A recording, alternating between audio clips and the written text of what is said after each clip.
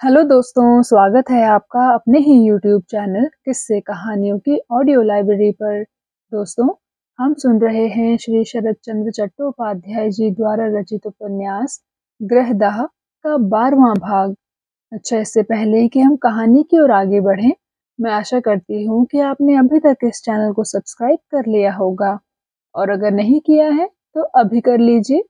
तो चलिए शुरू करते हैं आज का भाग। सख्त न्यूमोनिया, चंगा होने में देर लगेगी, लेकिन महिम धीरे धीरे चंगा होने की तरफ ही जा रहा था। डर की कोई बात न थी, यह सभी देख रहे थे। उसका यह प्रलाप, आंखों की खोई खोई निगाह शांत और स्वाभाविक होती जा रही थी। 10 एक दिन बाद एक दिन तीसरे पहर महिम शांत सा लेटा हुआ था। इस तमाम साल सर्दी ज्यादा पड़ी थी। इस पर अभी अभी बाहर एक बौछार बारिश हो गई। रोगी की खाट से सटाकर ही एक बड़ी सी चौकी डालकर उस पर बिस्तर बिछाया गया था। सब लोग उसी पर अच्छी तरह से कपड़े ओढ़कर बैठे थे। सबकी आंखों में चिंता रहित तृप्ति की झलक। केवल फूफी घर के धंधों में कहीं जुटी थी, और केदार बाबू घर से अभी तक यहाँ पहुंच नहीं पाए थे। सुरेश की ओर ताक कर हाथ जोड़ते हुए मृणाल ने कहा, अब मुझे छुटकारे का हुक्म मिले सुरेश बाबू, मैं अपने घर जाऊं। इस कड़ाके की सर्दी में बुढ़िया सास मेरी चलना बसी हो। सुरेश बोला, अब भी क्या उनके जीने की जरूरत रह गई है? उनके लिए आपका जाना नहीं हो सकता। मृणाल ने जरा देर के लिए गर्दन घुमाकर शायद एक लंबे निश्वास को ही रोका। फिर सुरेश की तरफ देखकर मुस्कुराती हुई बोली, आप ही क्यों? मैंने भी यह सवाल पहले बहुत बार पूछा है। लगता भी है कि अब उनके जाने से ही कल्याण है, लेकिन जो मरने जीने के मालिक हैं, उनको तो ऐसा ख्याल नहीं होता, तो संसार में आदमी बहुतेरे दुख कष्टों से बच जाता। अचला अब तक चुप रही थी। मृणाल की बातों पर शायद उसके पति की ही मौत की बात याद करके बोली, इसके मानी जो अंतर्यामी है, वे जानते हैं कि हजारों तकलीफ के बावजूद आदमी मरना नहीं चाहता। मृणाल के चेहरे पर एक छिपी वेदना की झलक झांक गई। सिर हिलाकर बोली, नहीं संजली दी, ऐसी बात नहीं। ऐसा समय सचमुच में आता है जब मनुष्य सचमुच ही मौत चाहता है। उस दिन रात को अचानक नींद जो छूटी, तो अपनी सास को बिस्तर पर नहीं पाया। जल्दी से बाहर निकली, देखा पूजा घर का दरवाजा जरा सा खुला है। चुपचाप करीब जाकर मैं खड़ी हुई, देखा गले में आंचल डाले हाथ जोड़कर वे देवता से मौत की भीख मांग रही हैं। कह रही हैं, हे देवता, अगर एक दिन को भी तन मन से मैंने तुम्हारी सेवा की हो, तो आज मेरी लाज रख लो। मैं मुक्ति नहीं मांगती, स्वर्ग नहीं चाहती, सिर्फ इतना ही चाहती हूँ कि मुझे और शर्मिंदा ना करो ठाकुर। मैं अपना यह मुंह अब बहू को दिखा नहीं सकती हूँ। कहते कहते मृणाल रो पड़ी। इस प्रार्थना में माँ के हृदय की कितनी गहरी वेदना थी, यह समझने में किसी को कठिनाई ना हुई। सुरेश की दोनों आंखें भर आई। किसी के भी मामूली दुख पर वह डोल उठता था। आज उस पुत्रहीना जननी के मार्मिक दुख की कथा सुनकर उसके हृदय में आंधी सी बहने लगी। वह जरा देर स्तब्ध होकर जमीन की ओर ताकता रहा, और सिर उठाकर आवेगमय स्वर में बोल उठा, अच्छा, जाओ दीदी, अपनी बूढ़ी सास की सेवा करके अपना फर्ज अदा करो। मैं तुम्हें नहीं रोकूंगा। इस अभागे देश के पास आज भी अगर गर्व करने को कुछ है, तो वह है तुम जैसी नारियां। ऐसी चीज और कोई भी देश नहीं दिखा सकता। कहकर उसने जिज्ञासु दृष्टि से एक बार अचला की ओर देखा, लेकिन वह खिड़की से बाहर धुमैले मेघ के एक टुकड़े पर नजर टिकाए बैठी थी, इसलिए उसकी तरफ से कोई उत्तर न आया। लेकिन शर्मा कर मृणाल ने आलोचना को अपने पर से हटाकर दूसरी ओर मोड़ने के ख्याल से झटपट कहा, नहीं, नहीं क्यों है? आप सभी देश की बात जानते हैं ना? अच्छा संजले दादा से आप बड़े हैं या छोटे? इस अजीब सवाल पर सुरेश हंसकर बोला, क्यों भला, कहिए तो। मृणाल ने बाधा दी, बोली, मुझे अब आप संबोधन ना करें, मैं दीदी हूँ, पर उम्र में जब छोटी हूँ तो संजले दादा या छोटे दादा कहिए, जल्दी कहिए क्या? अब की अचला ने आसमान की ओर से नजर हटाकर उसकी तरफ देखा। बहुत दिन पहले एक दिन उसने इसी जल्दी और सहजता से उससे संजली दीदी का नाता जोड़ लिया था। वह बात याद आ गई, लेकिन चूंकि सुरेश को मृणाल के चरित्र की यह खासियत मालूम न थी, इसलिए वह उस अजीब औरत की ओर ताकते हुए कौतूहल भरी हंसी के साथ बोला, छोटे दादा, तुम्हारे संजले दादा से मैं कोई 1.5 साल छोटा हूँ। मृणाल बोली, तो कृपा करके छोटे दादाजी एक आदमी ठीक कर दीजिए कि सुबह की गाड़ी से मुझे पहुंचा आए। सुरेश ने यह नहीं सोचा था कि जाने की अनुमति मिल जाने से वह कल ही जाने को तैयार हो जाएगी, इसलिए वह जरा देर चुप रहा और गंभीर होकर बोला, और 2 दिन भी क्या नहीं रुक सकोगी दीदी? तुम्हारे जिम्मे छोड़कर महिम की ओर से हम लोग निश्चिंत थे। मुझे ऐसा ख्याल नहीं आता कि इस सावधानी और सहेज कर सेवा करते मैंने अस्पताल में भी किसी को देखा है, क्यों अचला? जवाब में अचला ने सिर्फ सिर हिलाया। सुरेश को चिंतित सा देखकर मृणाल बोली, आप इसके लिए तनिक भी ना सोचें, जिसकी चीज है उसी के हाथों सौंप कर जा रही हूँ, नहीं तो शायद मैं जा भी नहीं सकती। आपको तो याद है हमें किस जल्दी में चला आना पड़ा था, कोई इंतजाम ही करके ना आ पाए। कल आप मुझे छुट्टी दें, फिर जब हुक्म होगा चली आऊंगी। सुरेश फिर कुछ देर चुप रहा, सहसा बोल उठा, अच्छा मृणाल, उस घोर देहात में एक बूढ़ी सास की सेवा और पूजा आहने करके तुम्हारा समय कैसे कटेगा, मैं केवल यही सोच रहा हूँ। मृणाल के चेहरे पर फिर पीड़ा झलकी, मगर वह हंसकर बोली, समय काटने का भार मुझी पर तो नहीं है छोटे दादा, जिन्होंने समय को बनाया है वे ही उपाय करेंगे। सुरेश ने कहा, अच्छा यह तो हुआ, लेकिन तुम्हारी सास तो ज्यादा दिन जिंदा ना रहेंगी, और डॉक्टर की सलाह के मुताबिक महिम को भी कुछ दिनों के लिए पश्चिम के किसी स्वास्थ्यकर स्थान में रहना होगा। फिर तुम वहां अकेली कैसे रहोगी? मृणाल ऊपर की ओर देखकर सिर्फ जरा हंसी, बोली, यह वही जाने। अनजाने ही सुरेश को एक दीर्घ श्वास छूट गया। मृणाल ने कहा, छोटे दादा शायद यह सब नहीं मानते। सुरेश ने पूछा, क्या सब? मृणाल बोली, वही, जैसे भगवान। सुरेश बोला, नहीं। मृणाल ने कहा, फिर हम लोगों के लिए ही शायद आपके मुंह से उपेक्षा का श्वास छूटा। सुरेश ने अचानक इसका कोई उत्तर नहीं दिया।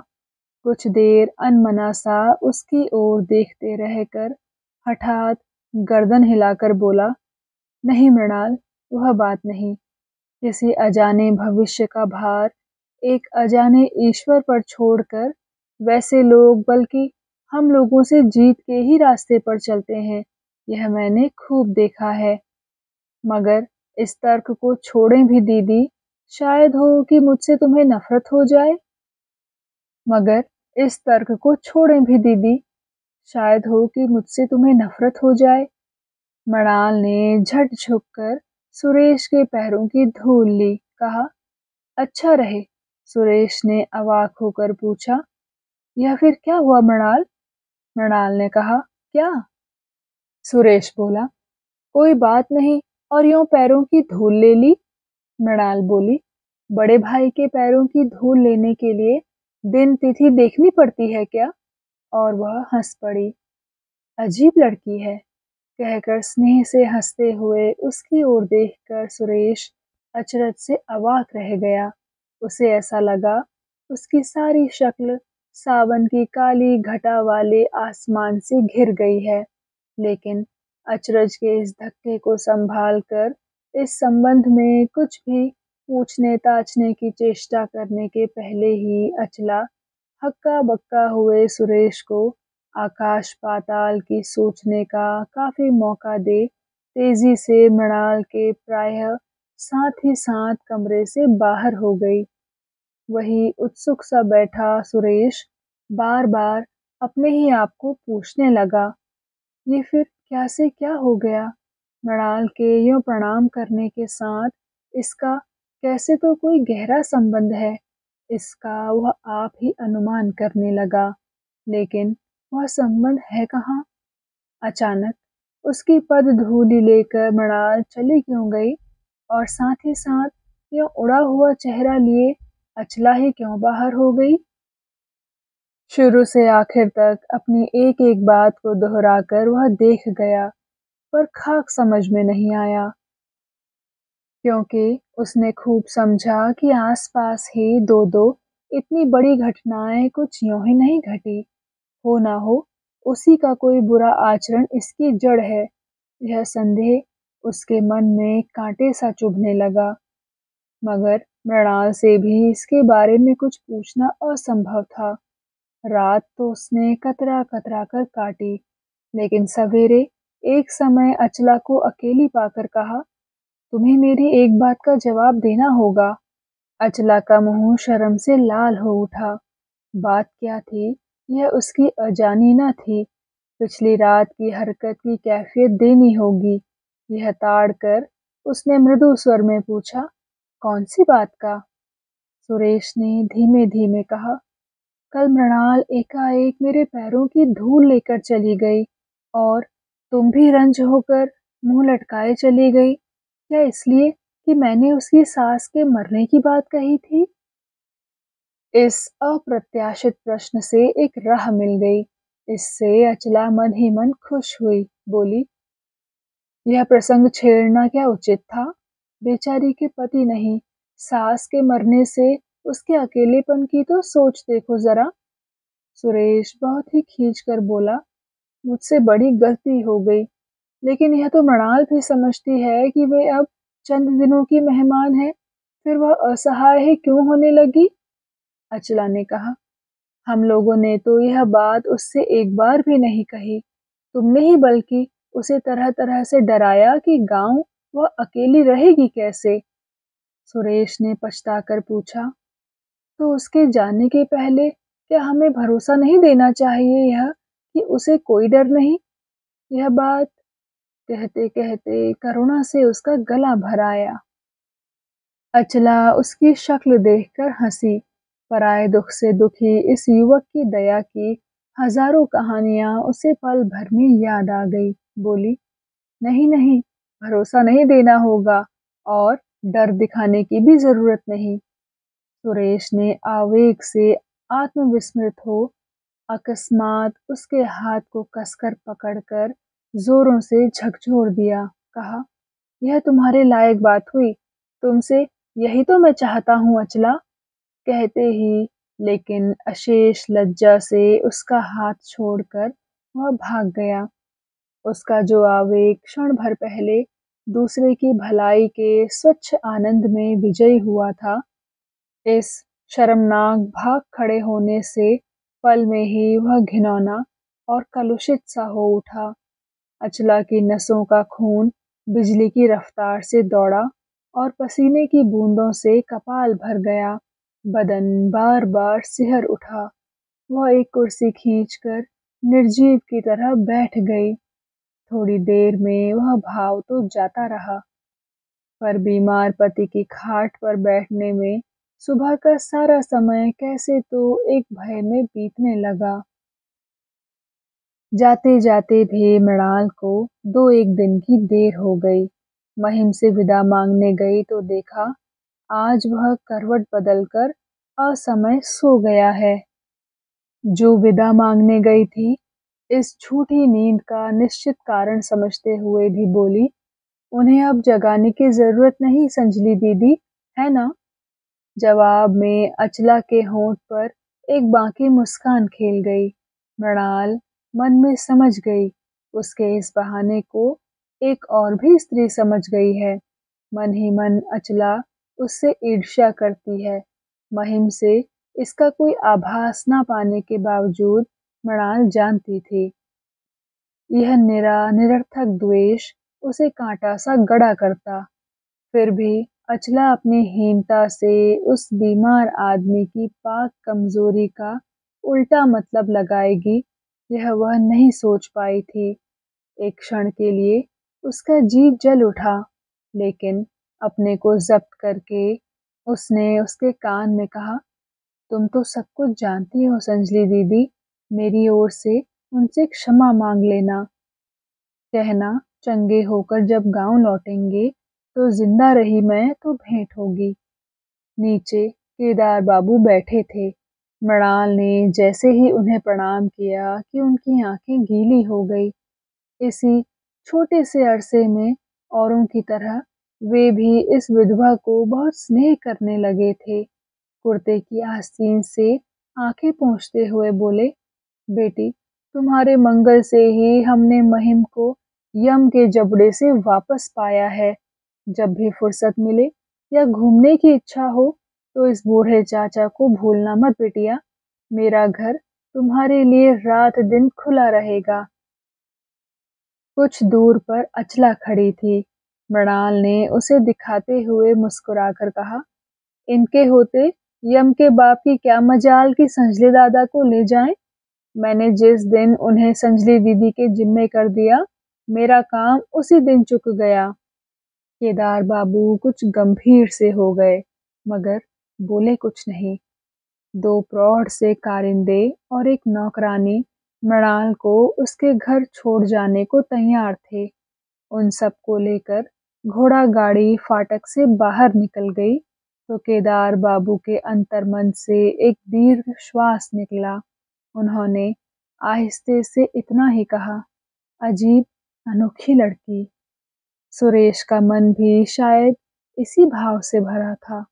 उसने और किसी तरफ गौर न करके हामी भरते हुए आवेग के साथ कहा, मैंने तो ऐसा कभी नहीं देखा, ना तो ऐसी मीठी बात सुनी है कभी, ना ऐसा कुशल कामकाज ही देखा है।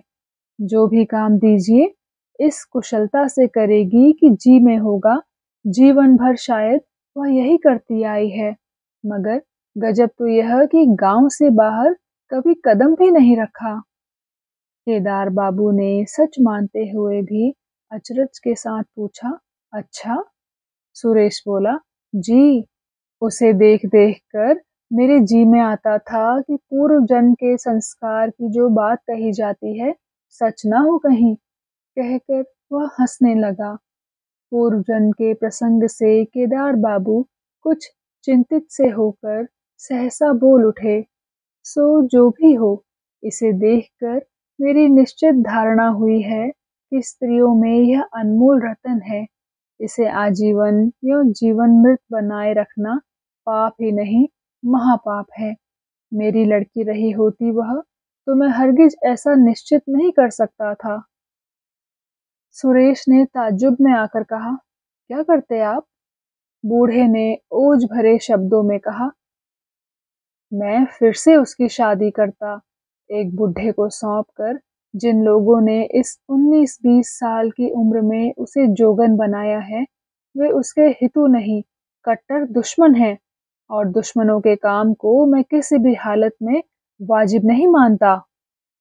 वे जरा चुप रहकर फिर बोले, जरा उसके स्वामी के ही सलूक को तो देखो। दो दो बीबी के गुजरने के बाद जब 50 साल की उम्र में उस खूसट ने इस लड़की से गठबंधन किया तो अपने मौज मजे के सिवा उसने इसके भविष्य के बारे में सोचा भी? सुरेश को निरुत्तर देख वे और भी जोश में आ गए। बोले, मैं विधवा विवाह के बुरे भले का तर्क नहीं करना चाहता, लेकिन इस पर तुम्हारा सारा हिंदू समाज चीख चीख कर मर ही जाए तो भी मैं यह नहीं मानने का कि उस दूध पीती बच्ची के लिए यही विधान श्रेयस्कर है। उसे ऐसा कुछ भी नहीं जिसे देखकर वह एक भी दिन गुजार सके। सारी जिंदगी कोई खिलवाड़ है कि ब्रह्मचर्य ब्रह्मचर्य का शोर मचाने से सारी दुनिया रातों रात तपोवन हो जाएगी। उस लड़की के कपड़े लत्ते देखकर ही मेरा कलेजा टूक टूक हो जाता था। सुरेश ने जवाब नहीं दिया, नजर उठाकर देखा तक नहीं, लेकिन कनखियों से देखा कि अचला अब तक चौखट का सहारा लिए बुत जैसी खड़ी थी, वहां अब वह नहीं है। जाने कब अंदर चली गई। मृणाल के चले जाने के बाद अचला जब जब सुरेश के चेहरे की तरफ ताकती, उसे लगता वह अनमना हो गया है और जाने कौन सा शोक उसे क्रमशः नीरस किए दे रहा है। 2 दिन के बाद की रात, तीसरे पहर, निचले बरामदे के एक ओर धूप में आराम कुर्सी पर बैठा सुरेश न जाने कौन सी किताब पढ़ रहा था। आहट पाकर उसने उलट कर देखा। अचला खुद उसके लिए चाय लेकर आ रही है। पहले कभी ऐसा नहीं हुआ। सो हैरत में आकर सुरेश ने सीधा बैठते हुए पूछा, बैरा कहाँ है? खुद ही लिए आ रही हो? अचला ने इसका जवाब न दिया। एक छोटी सी तिपाई पर चाय का प्याला रखते हुए दूसरी कुर्सी खींचकर आप भी बैठ गई। उसके इस बिल्कुल नए आचरण से दूसरा सवाल करने का साहस सुरेश को न हुआ। उसने चुपचाप चाय का प्याला हाथ में उठा लिया। कुछ देर चुप बैठी रहकर अचला ने धीमे से कहा, अच्छा सुरेश बाबू, विवाह विवाह को आप किसी भी हालत में अच्छा नहीं समझते? चाय के प्याले में होंठ लगाए रखकर ही सुरेश ने कहा, समझता हूँ, इसलिए मेरा कुसंस्कार अभी उस हद तक पहुंचा नहीं है। अपने को सोचने का और ज्यादा मौका ना देकर अचला बोली, फिर तो मृणाल जैसी लड़की से विवाह करने में आपको रत्ती भर भी ऐतराज ना होना चाहिए। चाय के प्याले को हाथ में लिए सख्त होकर बैठते हुए सुरेश ने कहा, इसका मतलब? अचला की शक्ल या आंखों में उत्तेजना के आसार ना दिखाई दिए।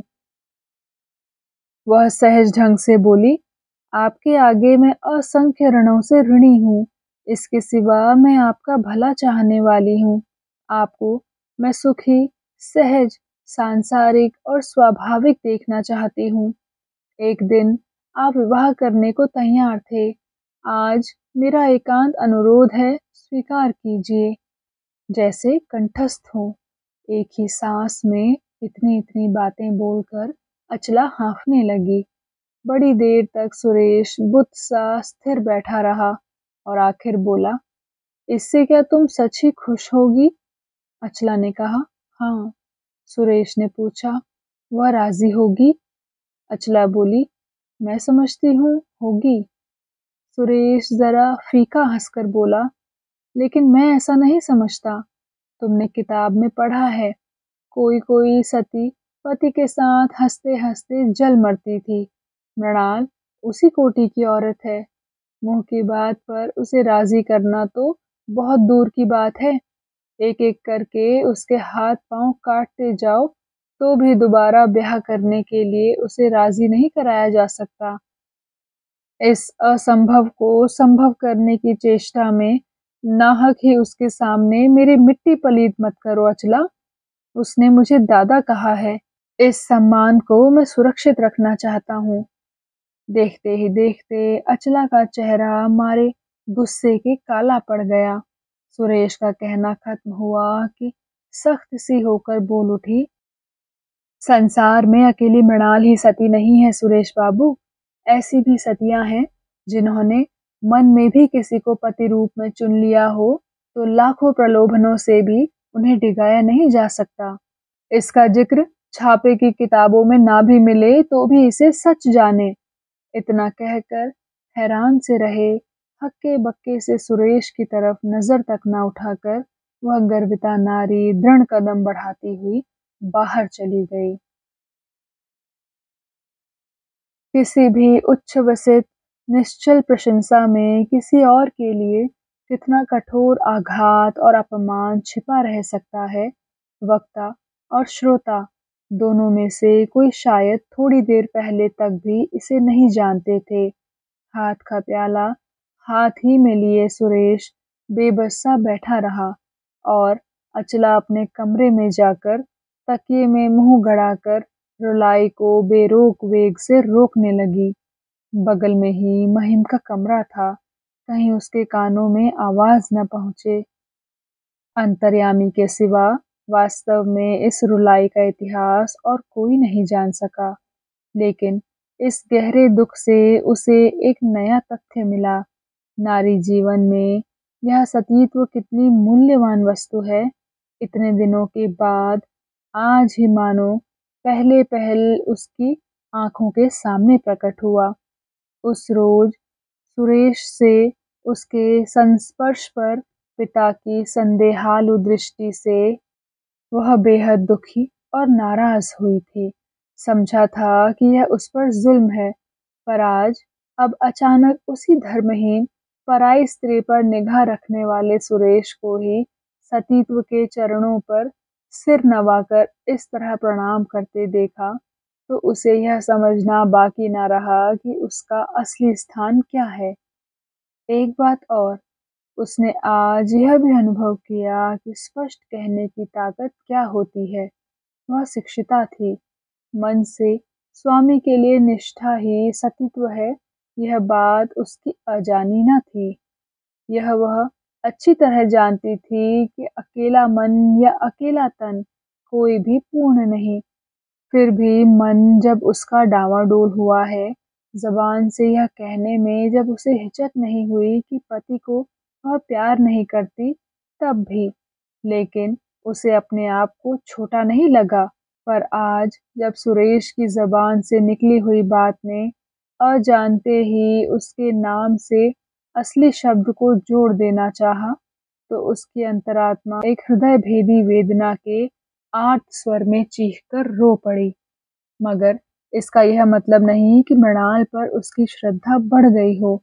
उसके संबंध में आज उसे जो चेतना मिली, उसे वह जिंदगी में कभी नहीं भूलेगी।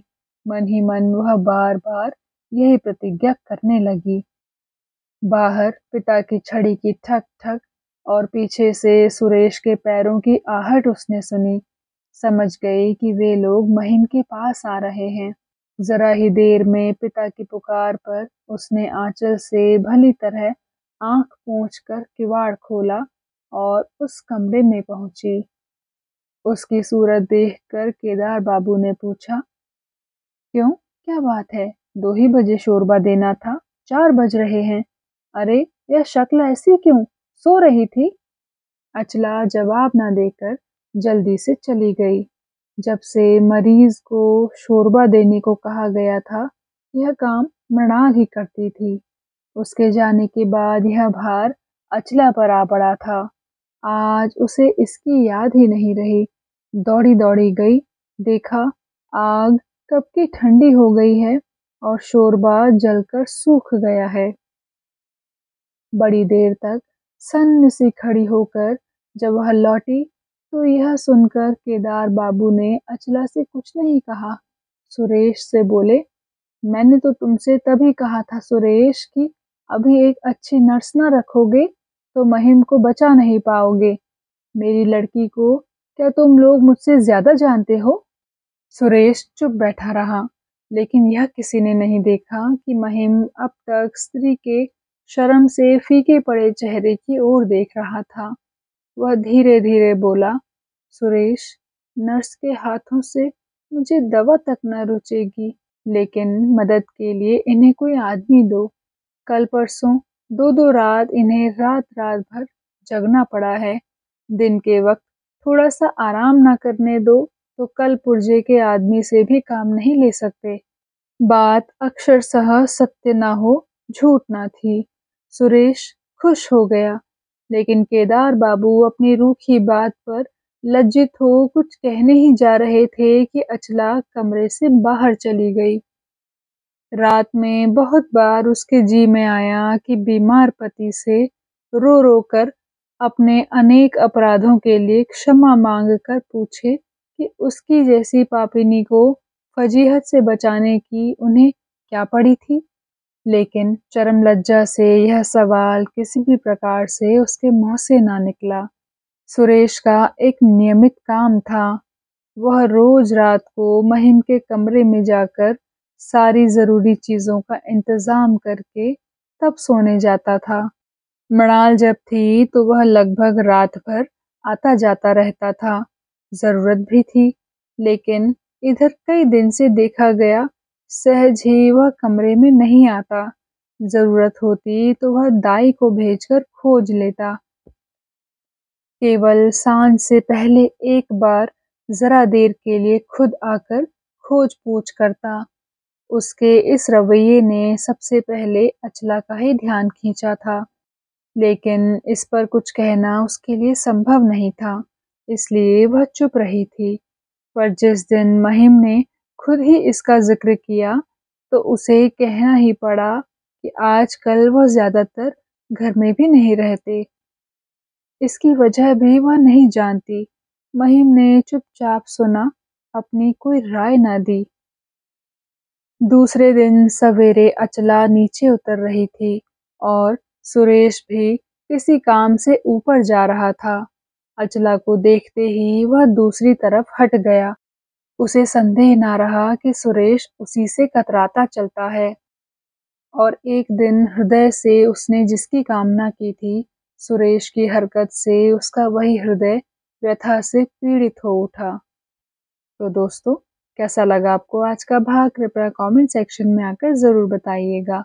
मैं मिलूंगी आपसे इसी कहानी के अगले भाग के साथ। तब तक के लिए धन्यवाद।